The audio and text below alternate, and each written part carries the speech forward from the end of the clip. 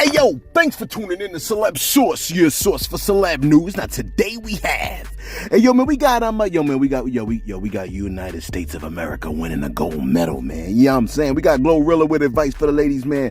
Sauce Walker discussing his price for working with 6ix9ine. We also got folks getting charged in Tupac's murder, and Irv Gotti talking about how Nas hated his idea. Again, thanks for tuning in to Celeb Source.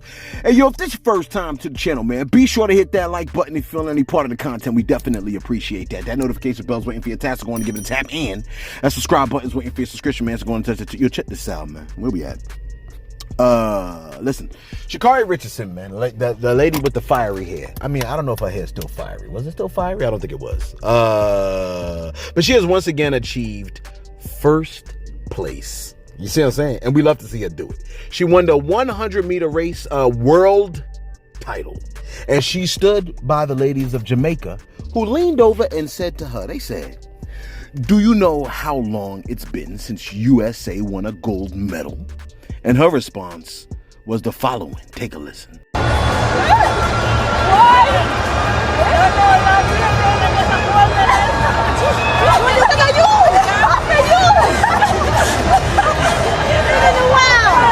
Yo, she said, we ain't won gold because of your ass. You see what I'm saying? But look. I look for messages and everything, man. Because to me, like, life is poetry. You see what I'm saying? And a lot of folks try to write her off last year for the shenanigans. But there's something attractive about a woman you can't catch, ain't there? You see what I'm saying? You're like, yo, but it's also problematic when she's fast. Yeah, it's problematic when women are fast, too.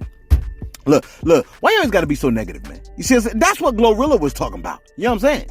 Speaking of Glorilla, just when you thought Glorilla was done for the week, the screen door has swung back open and she's got something else to say. All right? This time, it's advice for those of y'all that are in y'all 20s. Now, look, she's entitled to giving her own advice. Whether she was in a small class or not, she's entitled to giving her own advice. Sometimes folks in small class got good advice. You see what I'm saying? In fact, her advice is, well, take a listen to what she had to say. Hey ladies, how on you? My name is call my twin, and I just want to let y'all know, be toxic for the rest of your 20s. You only get one life. Live your toxic 20s. You never get to be 20 years old, 21, 22, 23, 24, none of that ever again in your life. Be toxic, because don't get in your 30s thinking you could just go slashing tires and doing all this crazy shit. You too old for that now. You too mature. Be toxic for the rest of your 20s. And if you delusional, turn this shit up a notch. Enjoy the rest of your 20s. You only get to do this shit one time. Wow, wasn't that the worst advice ever? Be toxic in your 20s? Ain't that ridiculous, man? Be toxic in your 20s? Then bring your damaged, used up self to the love of your life in your 30s, man. Please. You know what I'm saying? Listen, the law of life is this, okay? This is the law of life. You reap what you sow. You understand what I'm saying? You reap what you sow. It is impossible to be toxic for 1 to 10 years and be unaffected by the poison mentally and emotionally. And it is impossible for that toxicity to not then be brought to some poor individual you link up with in the future. You see what I'm saying, man? I don't know how these people get platforms, man. But look. I'm no longer talking about her at this point, okay? But let me just throw this out here. Only an idiot would follow the advice. Take a decade out of your life to be toxic. You see what I'm saying? I would also go so far to say only an idiot would oppose me saying that. And you would know they're an idiot because they wouldn't think they were. You see what I'm saying? They would actually think that what she said made sense. But it's dumb as hell. You see what I'm saying? Literally. You know what I mean? As dumb as hell, opposing the Most High and finding yourself in hell, that's as dumb as it is to follow the advice, be toxic in your 20s. I mean, it's like, sometimes people say dumb things. You could be, you know what I'm saying? Sometimes I say dumb things, very rare, but sometimes I say dumb things. So no one is exempt from saying something idiotic. You know what I mean? Be toxic in your 20s. Please don't do that, okay? That's ridiculous. Sauce Walker is a man that stands on principles, all right? And one of those principles is he will under no circumstances do a song with someone that told. You know what I'm saying? You like, yo, ain't that like 80% of hip hop? I know. You know what I'm saying? But listen. Hip hop might be like 80% liars. You see what I'm saying? But not necessarily 80% snitches. You follow what I'm saying, man? Nevertheless, Sauce Walker. Come on, my phone cut off. Sauce Walker has spoken about this, all right? On whether he would do a song with Tekashi 6ix9ine, your favorite artist, okay? Or Gunna, or Young Thug, who he had smoke with. And this is what he said. Take a listen. Let me ask you something. 6ix9ine hollers at you and wants to do a song. I can't do it. $1 million. I You can't ain't do doing it. Are you? Can't do it. Why would I go rap with this man when I Okay, go have a great time, a threesome, and Hold make on. $1 million in Hold 2 to 3 on. months? Hold on. Okay, not $1 million, but everybody got a price. They tell me $5 million, I don't have a price. $10 million, I would have signed the record deal. $100 million, $1 billion. I wouldn't do it. $100 You ain't doing million. a song. I would not do no song with no person that told us somebody that deliberately did this in front of the whole world, and I have full information of this before it. I know that you did this to the world, and you represent this. Hey, would you do a song with Gunna? No, I would not do a song with Gunna. I'll do a song with Young Thug before I do a song with Gunna. I do a song with Young Thug and talk about our problems as men and as gangsters and see eye to eye. I don't care. We gotta close the room, put boxing gloves on and fight, or we just talk like men and let bygones be bygones. Look, that man said he'd do a song with Thugger before he did one with Gunna. Ain't that crazy, man? These guys really hate snitches. But he said ain't no price for the you know what I'm saying, doing a song with a snitch. I'm like, I thought these dudes was in it for the money. I guess they sitting over there like, nah, we got principles, we got boundaries. Look, they won't do songs with snitches, but they'll do songs with murderers. Ain't that interesting, man? But look, hey, who are we to criticize another man's principles? You see what I'm saying? However hypocritical they are. I like the fact that he acknowledged the heat that is the song F You Mean. You know what I mean? But you know what? I haven't really heard that song on the radio, which I still find to be odd. You know what I'm saying? Like, why? Yeah, I mean, whatever. Let me do my shout outs real quick. I think I got a short video today because we got a very short video today. Matter of fact, what's my time looking like? Oh my gosh, 5 minutes? Yeah, this is super short. Listen, I got a shout out earlier today. Mr. B. Gladney. My man said, yo, people make life way harder than it is. Live in the good book and life wouldn't be so difficult. Yo, this is facts. What this man's saying is facts. He said there's always a solution to a problem. East Texas respect. Shout out to Celebs Source and to my wife of 19 years. He got married on August 27, 2004. My man said 23 years together, one beautiful daughter. Happy cake and anniversary day, Mrs. Gladney. And if God willing, many more to go. Love you to the casket and beyond. Yeah, that's what I'm talking about right here, man. You know what I'm saying? Look, life is, and obviously, listen. When you live by the book, life is way easier. And that much easier life even trickles down into your relationship. As you can see, this man has been in a relationship for 19 years, living by the good book. The good book makes it super easy. Some people just make it unnecessarily complicated. You see what I'm saying? Miss Emma B said, good morning. She said, good morning. You make me laugh also. On this good bonga. I love your pick. Where we at over here? All right, Righteous Dame. This is the first comment I read this morning, and I don't know if I liked it. Okay, Righteous Dame has come through a couple of times for us. You know what I'm saying, supporting the brand. My man said, yo, you going too far, homie. You going too far, man. You still calling homie a murderer? And he was never convicted of none of them. Best advice, you should never put your pick up, homie. I rock with you, but you go too far sometime, pimping. Listen. I said, let me get this straight. You're saying that the artist that you talking about was capping? Like, you're saying he wasn't about that action? You know what I'm saying? It was all a facade? You're saying everything that artist said was a fraud? Let me tell you something, man. Like, the first time I ever heard about that artist, right? That artist, that you know what I mean, who calls himself the Demon, right? The first time I heard about that artist, somebody was cracking a joke on him, right? And he posted a picture of where they lived and said, is this you? I said, damn, this dude right here. 2 words. This you? I said, this guy right here is a hunter. And then I found out he got body after body after body. And he described the crimes in great detail like he was there. You see what I'm saying? He said he catches bodies. But, I mean, if you're saying like, oh, he was never convicted enough, it sounds like you're saying he ain't did it. Like all the bodies he said he got, it was fraudulent. You know what I'm saying? That's why I disagree with you, homie. You see, the difference between you and I is that I believe him. And they pinned bodies on him after his death. Meaning, if he was alive right now, he would be incarcerated, man. Just because you die doesn't suddenly mean murders are not on your hand. You know what I'm saying? The blood ain't on your hand. Come on, bro. You can't have it both ways, okay? You can't call that man a fraud like that. He said he did it. I'm not going to say, oh, you ain't do it. If he was alive, I would not be sitting here saying, oh, you capping. You ain't did none of the things that you said you did. You see what I'm saying? I'm not going to wait just because the authorities have said it. You know what I mean? Although they've also said it. You see what I'm saying? You talking about, oh, best advice, you should never put your pick up. You just said that he ain't did it. He's capping. Best advice, you should take your pick down. You see what I'm saying? I mean, look, I wouldn't come around outside and say, oh, this dude is capping. Please. Yeah, we disagree here. Strongly, we disagree. I believe 100%.